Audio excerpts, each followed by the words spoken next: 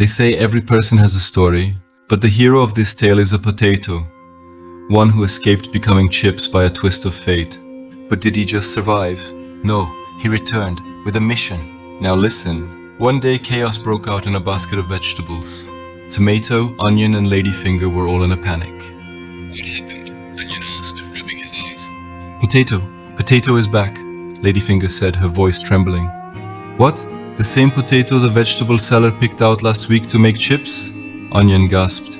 Yes, the very same. Fate had been kind to him. He narrowly escaped falling into the fryer. And now, he was back for revenge.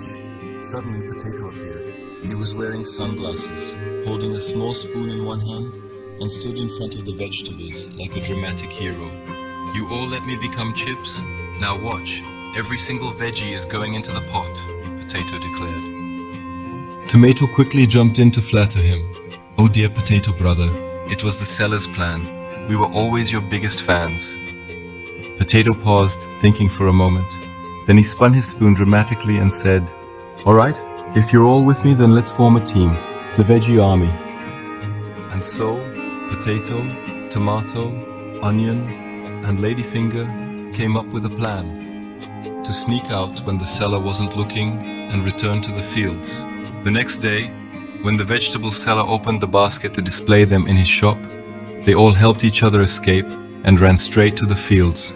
They laughed, played, and rolled around in the grass, as free as ever. But suddenly, "Oh my, what's this?" came a soft but hungry voice.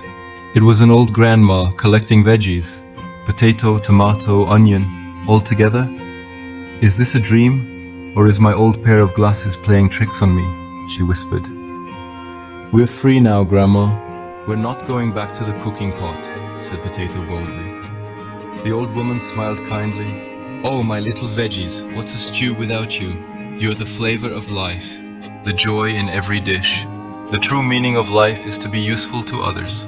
The veggie stood silent for a moment, thinking. Then Onion lowered his head and said, "You're right, Grandma." Potato sighed and nodded. Then it settled. "Instead of rotting in the fridge, we'll proudly jump into the soup." And so the vegetables happily returned. Dear listeners, if you enjoyed this story, don't forget to like and subscribe to my channel, so I can keep bringing you more fun and flavorful tales.